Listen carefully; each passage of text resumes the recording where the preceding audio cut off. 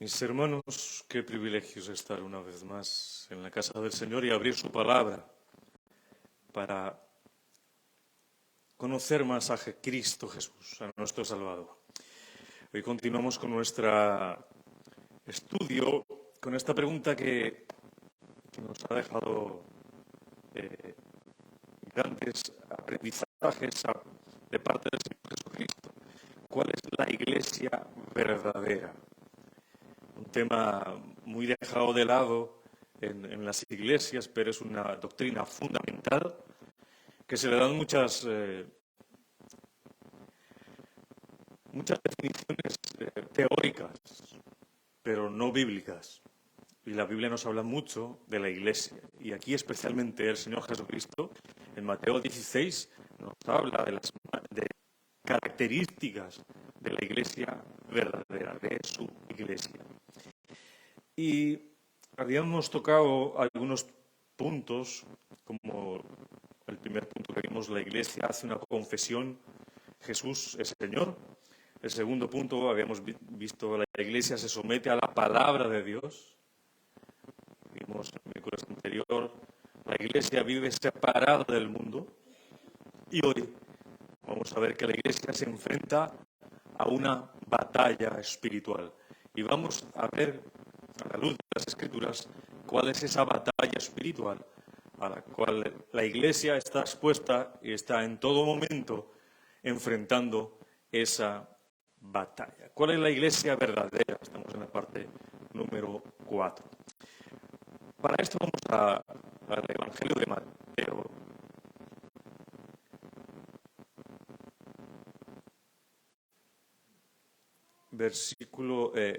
Capítulo 16, versículo 21. Si usted lo encontró, póngase en pie, por favor. Vamos a leer la palabra del Señor.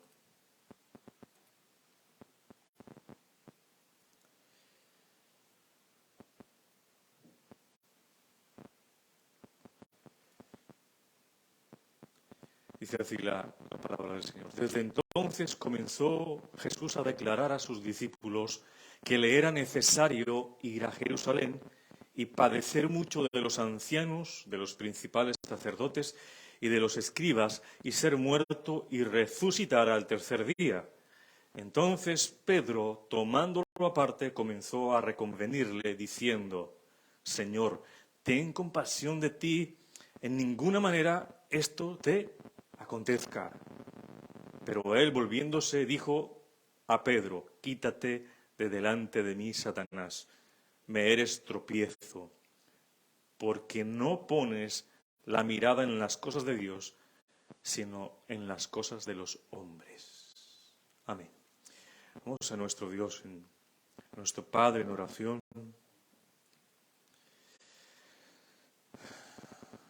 Señor, qué privilegio es venir delante de ti sin la necesidad de hacer un altar, de traer un cordero y sacrificarlo.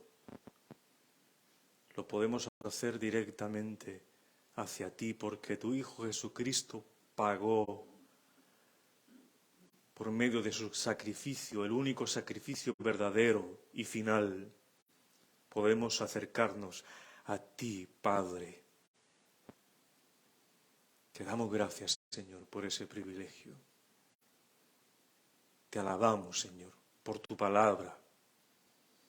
Permítenos hoy entender más acerca de tu voluntad, más acerca de este tema de la batalla espiritual. Conocer más a Cristo Jesús, nuestro Salvador, para amarlo, para servirle, para imitarlo, para obedecerle, para glorificarlo, para que en nuestras vidas Él aparezca aún más, brillando en medio de esta oscuridad, Señor. Te damos todas las gracias, Padre, y te lo hemos pedido en el nombre de tu Hijo amado Jesucristo. Amén. Puede tomar asiento, mi hermano.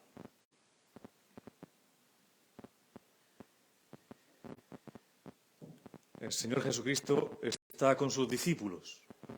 ¿Recordáis el miércoles anterior? Y les dice a los discípulos que no dijeran nada a nadie que era el Cristo. Porque el Señor hizo este pedido porque el simple conocimiento de quién es el Señor nos salva. Muchos saben quién es Jesucristo, pero no lo conocen. No saben quién es Él, qué hizo por nosotros, qué es la salvación, y no han ido en arrepentimiento y en fe para decir que Él es su Señor. Solo conocer a un Jesús histórico no salva. Conocer a un Jesús en mi mente no salva. Una fe mental no salva. Es una fe que lleva a una relación con Jesucristo, en intimidad, en comunión cercana. Y en ese discurso que habla el Señor, pues Él anuncia su muerte, que es lo que leímos en el versículo 21. Vayamos nuevamente ahí. Dice, desde entonces comenzó Jesús a declarar a sus discípulos que le era necesario que ir ¿a dónde? A Jerusalén. ¿Y qué sucedería allí? Padecer mucho de los ancianos, de los principales sacerdotes y de los escribas, y ser muerto y resucitado el tercer día. Jesús comienza a declararle, a decirle a los discípulos que Él va a ir a Jerusalén, porque era necesario que allí iba a padecer, sufrir por este grupo de judíos y que iba a morir, pero iba a resucitar. ¿Por qué el Señor le dice esto esperando tanto tiempo estando con ellos? Porque ellos no entenderían antes. Es más, el Señor murió y resucitó y algunos no entendían, estaban tristes. ¿Recordáis el camino de Maús? Iban tristes, pero el Señor se les presenta y les hace recordar que Él está vivo, que resucitó. Y así le sucede a mucha gente, sobre todo a los nuevos en la fe. El Señor quiere revelarles su palabra poco a poco. ¿Usted ha visto los recién convertidos? Llevan una semana convertidos y ya están haciendo preguntas de Daniel, del Apocalipsis y de otros libros. Pero ese conocimiento tiene que ir progresivo, como el bebé, que solamente se le puede dar cosas no sólidas. Y así debe ser los nuevos convertidos. Obviamente no es excusa para los que llevan tiempo en el Evangelio. Ellos tienen que comer comida sólida, abundante. Pero el Señor conocía los corazones y no le iba a decir esta noticia de buenas a primera, sino tendría su tiempo para anunciarles, para iluminarlos gradualmente, a llevarlos a esta verdad. Y les dice, es necesario ir a Jerusalén. ¿Por qué a Jerusalén? Porque allí es donde se ofrecían a Dios todos los oficios religiosos. Allí debería morir Jesucristo para ofrecerse a sí mismo y voluntariamente. Iba a ofrecerse en el gran sacrificio que se hizo una vez por todas y para siempre, eternamente, como lo dice Hebreos 9:26. Las personas a manos de quienes Él iba a sufrir, que iba a padecer, pues Él dice que son los sacerdotes, los ancianos y los escribas. Este grupo eran los principales que formaban este conjunto del Sanedrín, que era el tribunal supremo de Israel, donde ejercían leyes para los judíos. Eran muy importantes. Eran teólogos, intelectuales, letrados. En aquel tiempo era un privilegio saber leer y escribir, y ellos sabían leer y escribir. Y eso los ponía en una posición muy alta dentro de los judíos. Conocían toda la ley, conocían todas las tradiciones, les enseñaban al pueblo la ley de Dios, y estos justamente eran los que irían a acusar a Jesús de blasfemo, aunque conocían toda la ley, la sabían interpretar. Y a estos mismos Jesús les dijo en alguna ocasión, vamos a Juan capítulo 5, 39. En alguna ocasión el Señor Jesús se encontró nuevamente con estos grandes teólogos, intelectuales, letrados, y les dice en Juan 5:39, vayan conmigo, vamos ahí viendo su significado.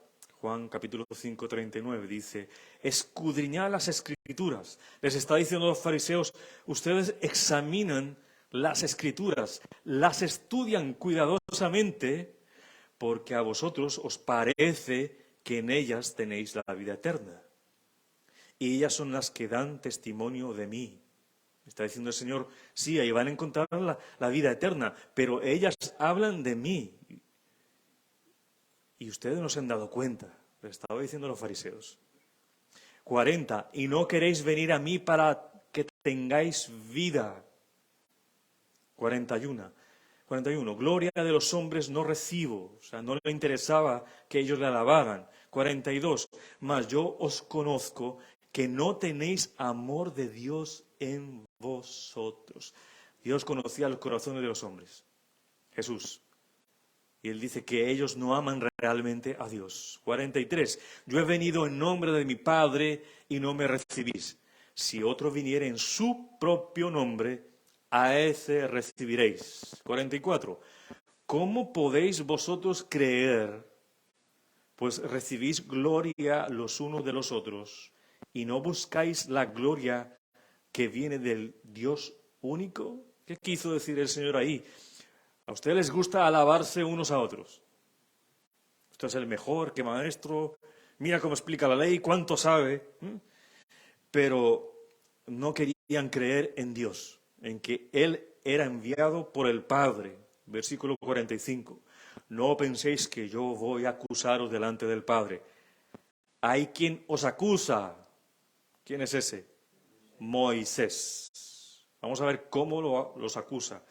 En quien tenéis vuestra esperanza. Los judíos tenían la esperanza en lo que había dicho Moisés y todas las promesas, porque conocían los libros de Moisés. 46. Porque si creyeseis a Moisés, me creeríais a mí. Le dice a los judíos, si creyeran a Moisés, me creerían a mí. Porque, dice ahí, de mí escribió él. 47. Pero si no creéis a sus escritos, ¿cómo creeréis a mis palabras? ¡Wow! Y nosotros sabemos esto. Sabemos que toda la escritura habla de Jesucristo. Absolutamente toda. Obviamente Jesús no es mencionado en cada versículo de la Biblia. Tú no vas a ir al Antiguo Testamento y vas a encontrar a Jesucristo. Obviamente que no. Pero se trata de entender que toda la Escritura revela en cada relato de la Biblia que Jesús es el protagonista de la historia. Todo gira en torno a Cristo y tiene el propósito de guiarnos a conocer su gloria, a conocer a Cristo Jesús. Cuando conocemos las Escrituras, mis hermanos, cuando las entendemos, cuando tenemos comunión con ella, vamos a ella todos los días, conoceremos indudablemente a su autor. Porque no se trata simplemente de estudiarla y ponernos información en la cabeza. Se trata de tener comunión con el autor, y el autor es Dios mismo. Porque eso dice la Escritura, dice, toda la Escritura es inspirada por Dios. Dios dio el mensaje para ser escrito. Y dice la Escritura, y útil para enseñar. La Escritura es útil para enseñar, para reprender, para corregir, para instruir en justicia, en todo lo bueno. Mira todo lo que te ayuda la palabra de Dios. Y tiene un fin, a fin que el hombre de Dios sea perfecto, equipado para toda buena obra. La Biblia nos enseña, nos instruye, nos corrige, nos dice lo que es verdadero y tiene un fin, que nosotros los cristianos seamos perfectos, preparados. Quiere decir eso, solo perfecto es Jesucristo, ¿no? preparados para y equipados para toda buena obra. ¿Quieres hacer toda buena obra? ¿Quieres servirle a Dios? Pues tienes que conocer su palabra, porque ella te va a instruir de cómo hacer ese servicio a Dios. Mis hermanos, la iglesia verdadera estudia la palabra de Dios para conocer a Dios, para conocer a Cristo, para conocer y entender la obra del Espíritu Santo. Año tras año, mi hermano, un cristiano que lleva años en el Evangelio, cada vez más tiene más amor por la palabra de Dios y más gozo por obedecerla, porque la ley no es gravosa. Esto no es cuestión de obedecer y, ay, Dios mío, qué difícil esto. No me gusta obedecer, no, es un gozo obedecerla. Le dice Jesús a los fariseos, las Escrituras dan testimonio de mí, las Escrituras hablan de mí, y en ellas encontrarás vida eterna, pero no me reciben a mí. Los fariseos se metieron información en la cabeza y no tuvieron comunión con el autor. Que Dios nos libre de esto, de tener una sana doctrina, una buena doctrina, pero no tener a Cristo en comunión. Que Dios nos salve de eso. Juan 17 dice, 3, y esta es la vida eterna. ¿Qué es la vida eterna? Que te conozcan a ti. Conocer el único Dios verdadero y a Jesucristo a quien has enviado. Esa es la vida eterna. Conocer a Dios. Conocer a Jesucristo.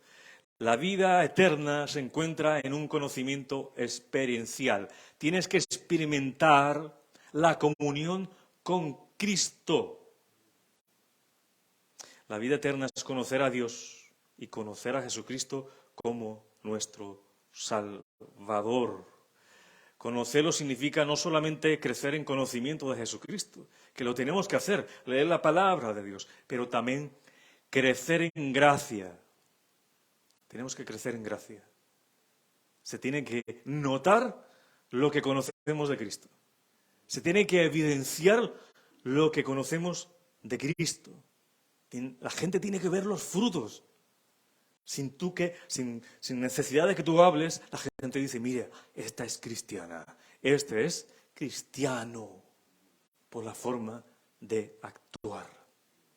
La vida eterna consiste en un conocimiento creciente del único Dios verdadero. Eso nunca va a terminar, mis hermanos. Aquí el Maestro es Jesucristo. Nosotros somos eternos aprendices y vamos a seguir aprendiendo. Imagínense esto, cuando estemos en la Nueva Jerusalén con cuerpos glorificados junto con el Señor, seguiremos aprendiendo eternamente porque Dios es un Dios insondable. Nadie puede conocerlo en su profundidad porque Él es eterno. Tú nunca podrás conocer un ser eterno, jamás. O sea que el cielo no es aburrido, mis hermanos. Para nada. Vamos a estar aprendiendo todo el tiempo de Dios. Nos vamos a estar maravillando día tras día. Bueno, no sé, digo día tras día porque no sé qué es lo que hay allí, pero el tiempo será diferente, pero en nuestro día será día tras día conociendo al Señor. Y si conocemos la Escritura, conocemos al Señor, hay una participación activa con Él que se convierte en acción. Tú le sirves, tú le amas, amas la iglesia, amas a los hermanos, anuncias el Evangelio, evangelizas, etcétera, etcétera, etcétera. La vida eterna consiste en un conocimiento creciente del único Dios verdadero, un conocimiento creciente que aumenta cada vez más. Y hay un amor por las Escrituras impresionante. Hay una sed y un hambre de Dios cuando conocemos a Jesucristo. Y mi pregunta hoy para vosotros y el que me escucha es, ¿anhela usted conocer al único Dios verdadero y a Jesucristo? Pues si desea conocer a Dios, debes estudiar las Escrituras. No hay otra forma de conocer a Cristo. Si no las lees y no las estudias tú en tu casa y en la iglesia, no podrás conocer bien a Dios. Tendrás un Dios a tu manera. Tendrás un Jesús desfigurado, un Padre desfigurado, un espíritu desfigurado porque no es el que dice las Escrituras, es el que te inventaste tú. Y en una iglesia que no es verdadera, cuando no se estudia a Jesucristo y la palabra de Dios, se enseña un Jesucristo que no es de las Escrituras, un Jesucristo que no salva. Por eso muchas veces de los domingos se convierte en el día de más idolatría, porque se adora a un Jesús que no es bíblico en muchas iglesias. Debes estudiar las Escrituras para que Él te dé vida, para que escuches el llamamiento a tu corazón y que tú respondas con arrepentimiento de tus pecados y poner toda tu confianza en el Señor Jesucristo. Eso es lo que hace la palabra de Dios, llamarte al arrepentimiento. Se trata de conocer a Dios. La iglesia verdadera conoce a Dios y tiene una relación cercana. ¿Cómo es tu relación, mi hermano? ¿Es cercana con Jesucristo? ¿Es todos los días? ¿Es constante? Y déjeme decirle, mi hermano, que no es la cantidad de conocimiento, es la clase de conocimiento, la calidad de ese conocimiento. Tú puedes conocerte toda la historia de Jesús, el Jesús histórico, con fechas, con datos históricos, pero eso no salva. Tenemos que conocer verdaderamente a Jesucristo. Es la clase de conocimiento, el verdadero conocimiento que me va a llevar a conocer a Dios. Muchos creen que es un profeta, que es un gran maestro, pero eso no salva. Salva si conocen que Jesús es el Hijo del Dios viviente, como lo dijo Pedro, ahí en esos mismos versículos. ¿Conoce usted a Jesucristo? Y usted que dice conocerlo, sabe que la Biblia no es un libro solamente de información, es un libro de transformación. Es un libro que transforma. Si llevas estudiando la palabra de Dios, por ejemplo, en el curso que llevamos más de un año, tú debes ser diferente de aquella persona que comenzó el mes 1. Y en el mes 12 debes ser de otra persona, diferente.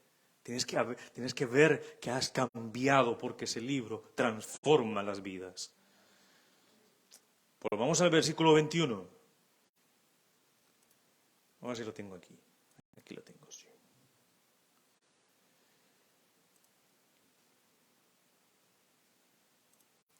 Desde entonces comenzó Jesús a declarar a sus discípulos que le era necesario ir a Jerusalén y padecer mucho de los ancianos, de los principales sacerdotes y los escribas. Ya vimos quiénes eran ellos, pero iba a acontecer algo ahí.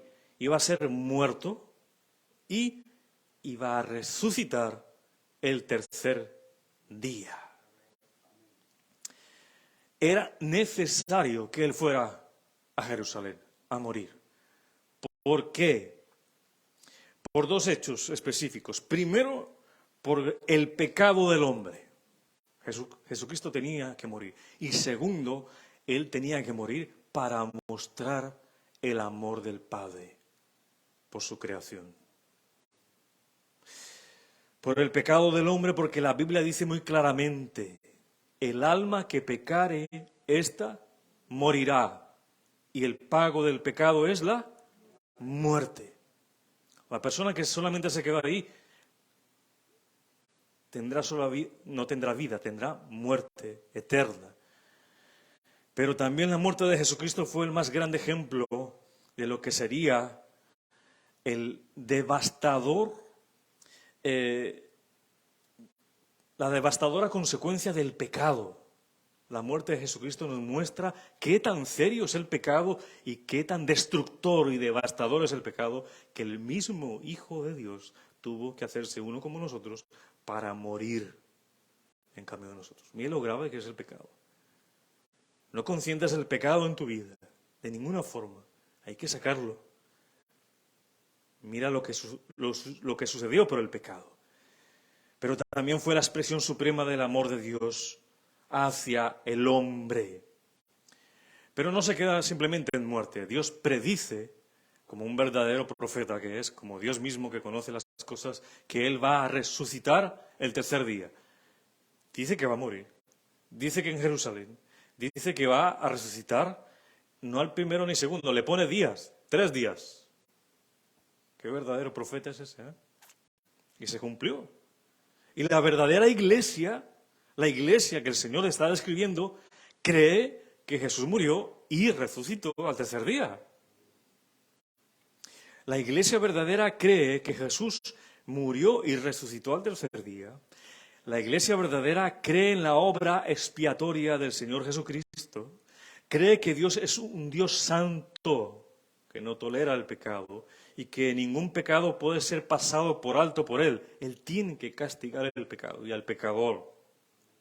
La iglesia verdadera cree que la cruz fue en la cruz donde Dios derramó su ira castigando el pecado sobre su Hijo.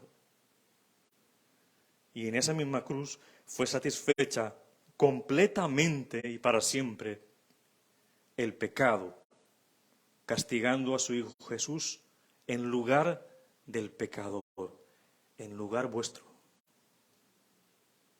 Y eso es lo que predica la iglesia verdadera de Cristo, la cruz y la resurrección. Eso es lo que debe predicar la iglesia de Jesucristo. La iglesia verdadera cree que Cristo tomó una vida corporal glorificada y que 3 días después de su muerte resucitó. Y eso constituye junto a la cruz, mis hermanos, la base misma del Evangelio. Ese es el Evangelio. La iglesia verdadera predica el Evangelio de Jesucristo, no su propio Evangelio. Es el Evangelio de Jesucristo. Dice 1 Corintios 15:3, lo dice Pablo, porque primeramente os he enseñado lo que asimismo recibí, que Cristo murió por nuestros pecados, conforme a las Escrituras, y que fue sepultado, y que resucitó al tercer día, conforme a las Escrituras. 5, el cual fue entregado por nuestras transgresiones y resucitado para nuestra justificación, para nuestro perdón. Hermanos, sin la resurrección de Jesucristo, sin este hecho glorioso, la fe del cristiano sería vana. No tendríamos esperanza alguna de morir y resucitar si Cristo, el autor de la vida, no hubiese resucitado. Es importante entender esto. No simplemente es la cruz. Algunas religiones se quedan en una cruz, como decía el pastor May el domingo. Tienen un crucifijo con un muñequito ahí muerto. No, nosotros creemos en la resurrección. Jesús ya no está en la cruz, está resucitado. Y este hecho glorioso hace que nuestra fe tenga esperanza, que la fe espere en el Señor y hace posible que nosotros seamos salvos. Si Jesús no resucita, ¿quién nos salvaría? No hubiésemos salvos. Tenemos que darle gracias a Dios por la resurrección de su Hijo Jesucristo. Y ese fue el sello de calidad. Dijo el Padre, acepto ese sacrificio. Eso fue la resurrección. Que el Padre dijo, acepto el sacrificio. Si el Padre no acepta el sacrificio, Jesús no hubiera resucitado. Y lo glorioso de la resurrección es que Cristo está vivo. ¿Y sabe dónde está? Sentado a la derecha de Dios Padre, intercediendo por nosotros. Y habitando en nosotros por medio del Espíritu Santo de Dios. Dándonos plena salvación y gozando esa salvación nosotros, ¿no? El último Adán trae vida nueva, de la cual participa cada creyente que pone su fe en Jesucristo. Ese Adán viejo muere y nace ese nuevo Adán, que es Jesucristo en nuestras vidas. La resurrección de Jesucristo es la firme garantía de la resurrección del creyente. Esa es la garantía de que tú vas a resucitar. Jesús resucitó, nosotros vamos a resucitar con Él. Jesucristo dijo, Él mismo dijo, y por eso casi este mismo grupo lo iba a apedrear. Dijo, Yo soy la resurrección y la vida. El que cree en mí, aunque esté muerto, vivirá. Y todo aquel que vive y cree en mí, no morirá eternamente. ¿Crees esto? Le dice a los discípulos. Hermanos, la iglesia verdadera cree en la resurrección de Jesucristo, no en la reencarnación. Hay mucha gente que cree en la reencarnación, que tú te vas a morir y resucitas, pero en otra persona, en un animal. ¿Sí? Te mueres y resucitas, si te va mal, en una vaca, en un pollito, en un gallo, lo que sea. Nosotros queremos la iglesia verdadera. A tomar agua.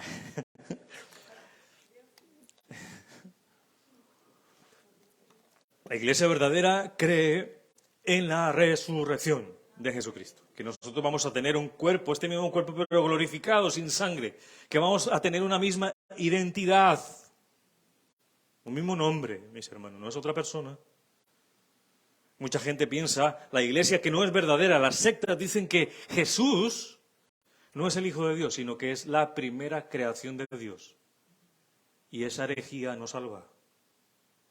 Porque Juan dice, en el principio era el Verbo, está hablando de Jesús, y el Verbo era con Dios. Y era Dios. Ahí está la comunión trinitaria. Estaban los tres, pero eran uno solo. Jesucristo dijo que iba a resucitar, ¿y qué sucedió? Resucitó. Y la iglesia verdadera lo cree. Resucitar significa, una palabra en griego, significa exanastasis, que significa volver a vivir después de la muerte física. Es la restauración de la vida junto con la plenitud del ser y la personalidad, la sigues teniendo, posterior a la muerte, con un cuerpo glorificado. Eso está por todas las Escrituras. Eso está. Esto es lo que cree la iglesia verdadera. Ahora, usted piensa que ¿qué va a hacer Satanás con esta verdad? ¿Qué va a hacer Satanás con nuestra esperanza? Esta es el ancla del cristiano, esta es nuestra esperanza, que Jesús resucitó, que Jesús es Dios, que Jesús es nuestro Salvador. ¿Usted qué piensa que Satanás va a hacer con esto? Tergiversar, poner en duda, adulterar la palabra de Dios, la verdad revelada de la palabra de Dios. Ir en contra de la voluntad. Y esto es lo que sucede en el versículo 22. Vamos al versículo 22. La conexión que tiene Dios ahí con la palabra es impresionante. Dice así la palabra. Entonces Pedro, tomándolo aparte, ¿a quién? A Jesucristo, comenzó a reconvenirle, a decirle, diciendo, Señor, ten compasión de ti. En ninguna manera esto te acontezca. Pero él, el Señor, volviéndose, dijo a Pedro, quítate de mí, Satanás. Me eres tropiezo porque no pones la mira en las cosas de Dios, sino en las de los hombres. ¡Uy, qué fuerte eso! El mismo Pedro que le dice unos versículos atrás, unos momentos antes, tú eres el Hijo del Dios viviente, tú eres el Cristo. Ahora el Señor le dice, quítate delante de mí, Satanás, porque me eres tropiezo. Buscas, pones la mira en las cosas de Dios, no pones la mira en las cosas de Dios, sino en las de los hombres. Me eres tropiezo. Pedro se acerca al Señor Jesús para decirle, no me imagino el tono, pero puedo imaginármelo diciendo, Señor, ten compasión de ti, ¿no? ¿Para qué vas a sufrir? Estamos aquí todos bien, tú haces milagros, partes el pan, no tenemos que sembrar, cultivar, tú solamente das gracias y aparecen multitud de panes y de peces. ¿Para qué vas a sacrificarte? ¿Para qué vas a negarte a ti mismo? ¿Para qué vas a ser humilde, a bajar la cabeza, humillarte por otros? ¿Para qué vas a sufrir muerte? No permitas que esto te vaya a suceder. Eso es lo que le está diciendo Pedro al Señor Jesucristo. el que unos momentos antes habla como un mensajero del Padre, porque el Señor recuerda que el Señor le dice, tú dices que yo soy el Hijo del Dios viviente, pero es el Padre que te lo ha revelado. Ahora Pedro es un mensajero de Satanás. ¡Wow! ¡Qué cambio! ¡Qué cambio! Al igual que Pedro no sabía que estaba siendo inspirado por el Padre para decir, tú eres el Hijo del Dios viviente, porque le dijo, no te lo ha revelado carne, ni sangre, fue Dios. Pues aquí tampoco se enteró de que había sido inspirado por Satanás. Pero el Señor sí se lo dijo, se lo dejó saber.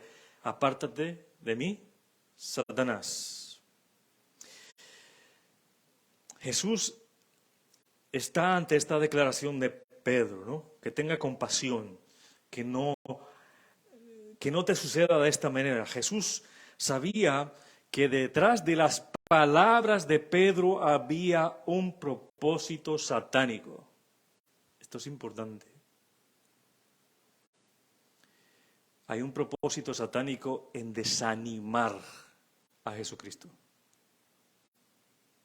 en desanimar al creyente, desanimar el ministerio, desanimarlo de la cruz, desanimarlo a que se sacrifique por los otros, desanimarlo a que se niegue a sí mismo, sino que se acomode, que busque su propia comodidad, su autosuficiencia, que deje su propósito, la voluntad de Dios. Hermanos, aquí se nos muestra la más grande batalla de la Iglesia todos los días, y es la batalla espiritual de Satanás contra la palabra de Dios. La batalla, mis hermanos, no está fuera, está dentro de la Iglesia. Escúcheme bien, cualquier cosa que se opone a la voluntad de Dios está del lado de Satanás. Porque aquí no hay tres bandos, aquí solo hay dos. O estás con Dios o estás con Satanás. Y eso fue lo que le sucedió a Pedro. Se convirtió en una piedra de tropiezo cuando afirmó algo en contra de la voluntad de Dios para desanimar a Jesús. Y la iglesia verdadera está constantemente en una batalla espiritual.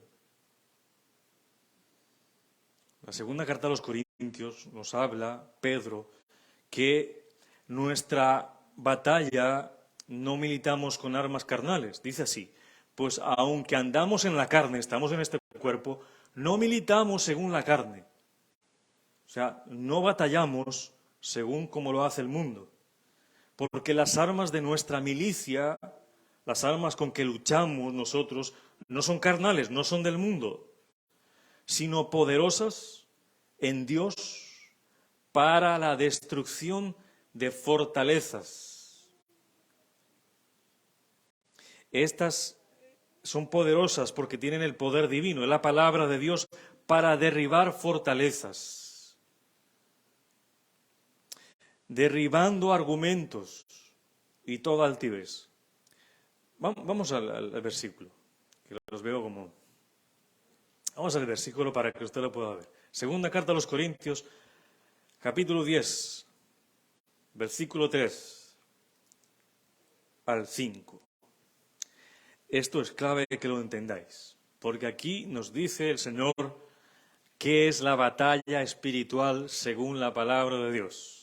Hay mucha confusión en el pueblo evangélico de pensar que es la batalla espiritual. ¿Lo tenéis? Segunda carta a los Corintios, capítulo 10, versículo 3. ¿Estás ahí?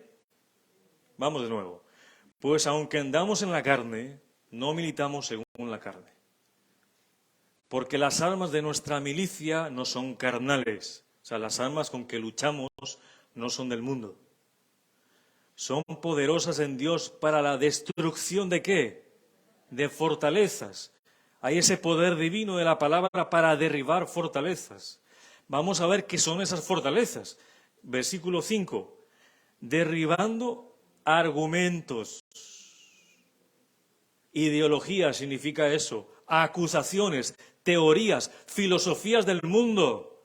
La palabra de Dios nos ayuda a derribar esas ideologías, esas acusaciones, esas teorías. Y toda altivez, eso significa toda altanería, todo orgullo que se levanta en contra de ¿qué? Del conocimiento de Dios.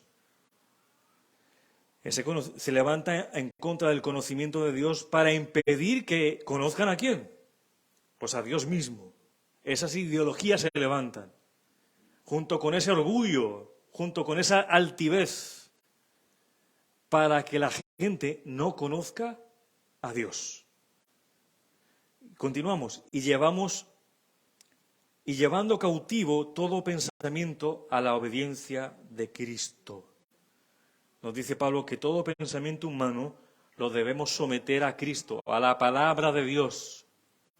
¿Para qué? Para que le obedezcas. La palabra de Dios sufre batalla espiritual cuando en el mundo, en la iglesia misma, como Pedro fue usado por Satanás, se levanta con ideologías diferentes a la palabra de Dios. Se levanta con teorías, acusaciones en contra de la palabra de Dios, con un sentimiento de altivez, de orgullo, de altanería, para impedir que se conozca a Dios. Mire su familia, mire cuando usted fue hijo, mire a sus hijos.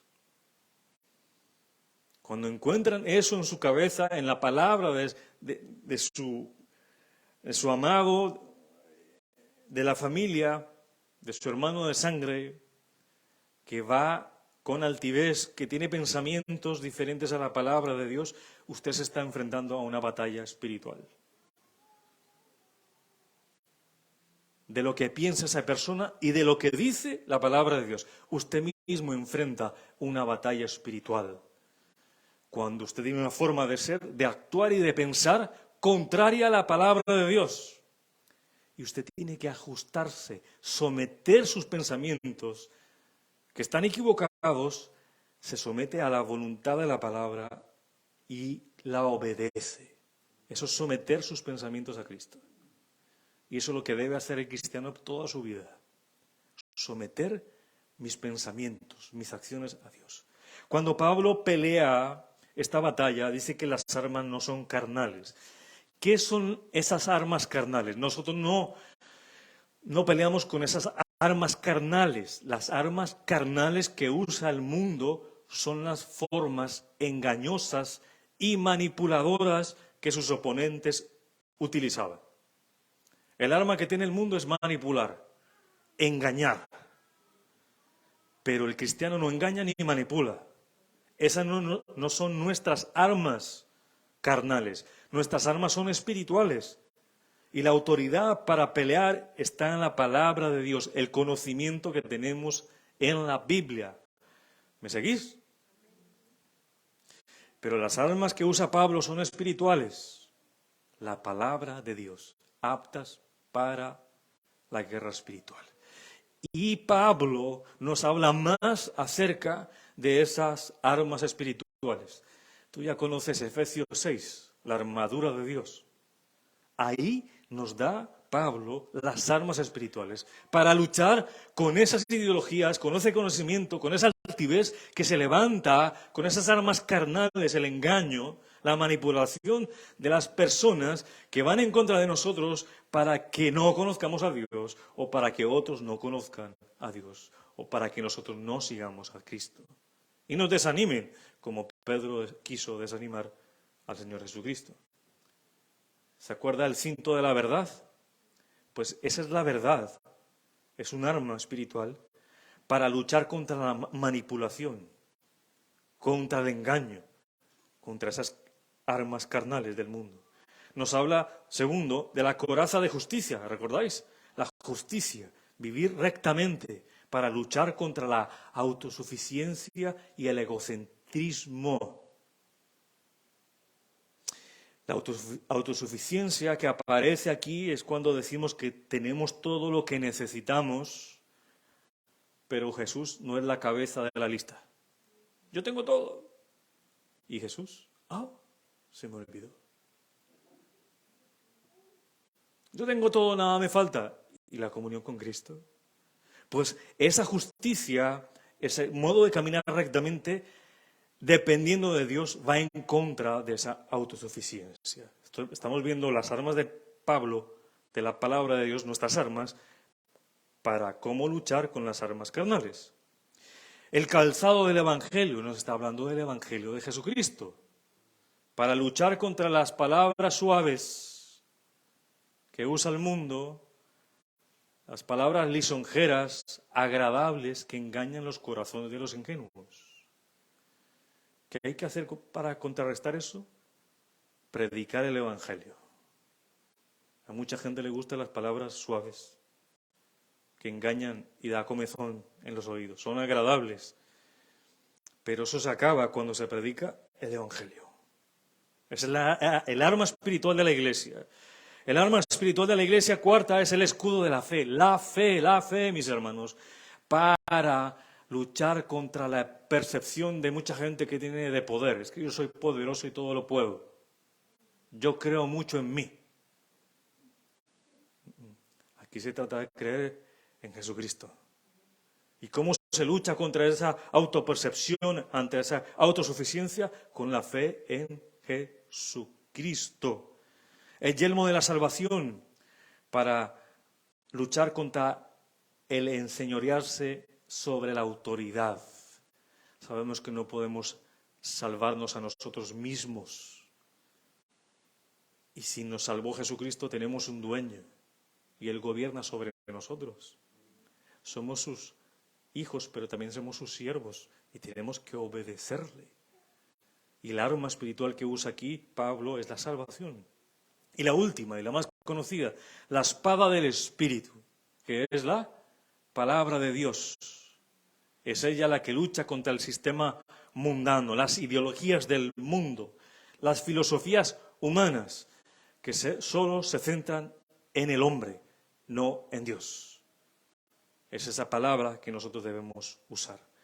Estas armas poderosas en Dios son para la destrucción de fortalezas. ¿Las fortalezas dónde están? En la mente. Son pensamientos. La batalla espiritual, ¿dónde se vive? En la mente. Ahí está. Hay una pelea, una batalla espiritual cuando te enfrentas con alguien que va en contra de la palabra. Y está ahí. Es que yo digo que es así, así. Y tú dices, no, la palabra de Dios dice otra cosa. Ahí hay una batalla espiritual. Pero tú no vas a usar las armas carnales de esa persona, engañando. Tú vas con la verdad, con el Evangelio. La Iglesia está en una batalla espiritual constante, mis hermanos. Cuando abres el Internet, cuando enciendes el televisor, cuando sales y compartes con gente que no es de la Iglesia, que no es de la Iglesia verdadera. Cuando lees libros sin saber quién es el autor, estás en contacto, batalla espiritual. Y el mismo Efesios 6:12 dice, estamos en batalla espiritual contra principados, contra potestades, contra los gobernadores de las tinieblas de este siglo, contra huestes espirituales de maldad en las regiones celestes. Estamos librando una lucha con demonios. Pero yo no veo demonios. Yo veo a Pedro ahí, quizás con su túnica, como lo pintan con barba y tal, pero no es un demonio, pero el Señor le dijo que era Satanás. ¿Cómo entender esto? Pues la palabra dice que el Espíritu dice claramente que en los postreros tiempos, y los postreros tiempos comenzaron cuando Jesucristo llegó a la tierra. Los postreros tiempos son los últimos tiempos. Desde que llegó el Señor Jesucristo comenzó a escribirse los últimos tiempos. Estamos viviendo los últimos tiempos desde Jesucristo. No es lo que estamos viendo que nos hace pensar que estamos viviendo los últimos tiempos.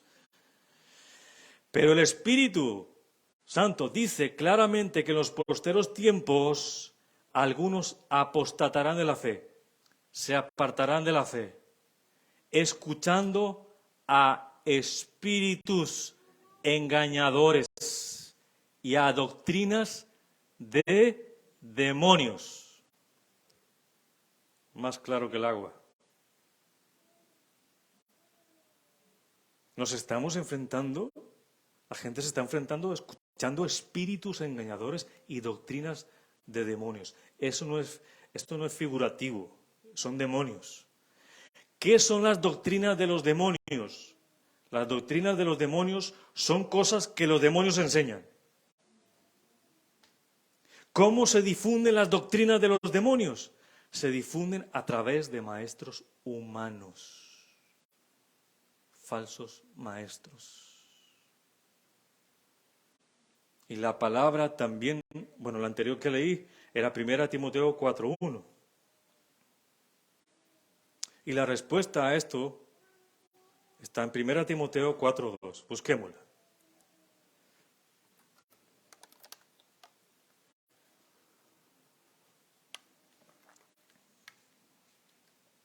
Primera carta a Timoteo 4:2. Leemos la primera parte, 1 Timoteo 4:1, que fue lo que expuse ahora. Dice, pero el Espíritu dice claramente que en los posteros tiempos, algunos que apostatarán de la fe, escuchando a espíritus engañadores y a doctrinas de demonios, y da una conclusión, tales, ¿qué dice? Versículo 2, tales enseñanzas, no me siguen, tales enseñanzas vienen por medio de hipócritas mentirosos cuyas conciencias han sido cauterizadas. Esas enseñanzas demoníacas vienen nada más ni de nada menos que hipócritas, mentirosos, falsos maestros, cuyas conciencias ya han sido cauterizadas. Ellos no creen en Jesucristo, aunque hablen de Jesucristo, aunque abran la Biblia. Mis hermanos, estos falsos maestros enseñan las sugerencias que les hacen los espíritus malignos, cuya labor, tarea, es desviar a las personas del camino del Señor. Todos estos demonios tienen un objetivo contra la iglesia verdadera, y es derribarte como cristiano de tu lugar de firmeza, la palabra de Dios, de Jesús de la roca. Vemos esta guerra espiritual en el comienzo de la palabra de Dios en Génesis 2:7. Recuerda a Eva. Le dice el Señor, mas el árbol de la ciencia y del bien y del mal no comerás, porque el día que de él comieres, ciertamente morirás. Le dice el Señor, no te acerques al árbol del bien y del mal. Y si tomas de ese fruto, vas a morir. Génesis 2:17. Y en el Génesis 3:4 aparece un personaje. Entonces la serpiente le dijo a la mujer, no moriréis, sino que sabe Dios, dijo Dios, que el día que comáis, dijo comer como lo dijo Dios, de él, de ese fruto, serán abiertos vuestros ojos y seréis como Dios, otra vez lo nombró, sabiendo el bien y el mal. Usó la palabra moriréis Dios 2 veces, comáis el bien y el mal. Tomó palabras de la palabra eterna de Dios y les dio otro sentido. El falso maestro te va a hacer abrir la Biblia, mi hermano. Y te va a decir, mira, abrimos la Escritura. Pero otra cosa es cómo la está interpretando. Ellos no te van a hablar del diablo directamente, te vas a asustar y te vas a marchar. Él tiene que adulterar la palabra de Dios para tomar los incautos, para engañarte. Pero gracias a Dios, Cristo también dijo algo muy importante, edificaré mi iglesia y las puertas del Hades no prevalecerán contra ella. Es Jesús que está edificando la iglesia verdadera con su palabra, pero te falta hacer tu parte. Estudia la palabra de Dios. Estudia la palabra de Dios para pelear la buena batalla. La batalla con armas espirituales que están en la palabra de Dios, que es Cristo mismo en ti, con la espada del Espíritu, la palabra de Dios. Toma toda la Escritura, que es inspirada por Dios, toda, que es útil para enseñar, para redarguir, para corregir, para instruir en justicia, a fin de que el hombre sea capacitado, preparado para toda buena obra. Estudia la palabra de Dios. Segunda Timoteo 2:15. Ánimo que ya solo me faltan 2 horas.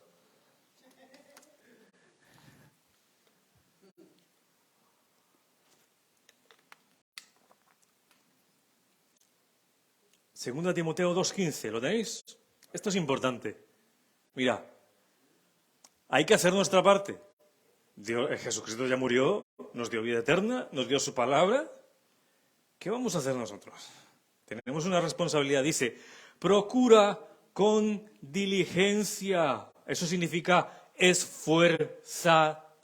Esfuerzo es más allá de las fuerzas. Estoy cansado. Tengo cosas que hacer. El trabajo. Esfuérzate es ir más allá de tus fuerzas.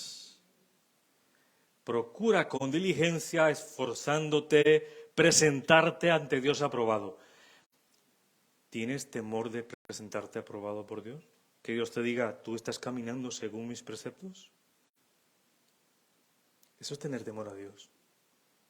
El principio de la sabiduría es temor a Dios, a lo que dice su palabra. Procura con diligencia presentarte a Dios aprobado como obrero que no tiene de qué avergonzarse. ¿Por qué no se va a avergonzar?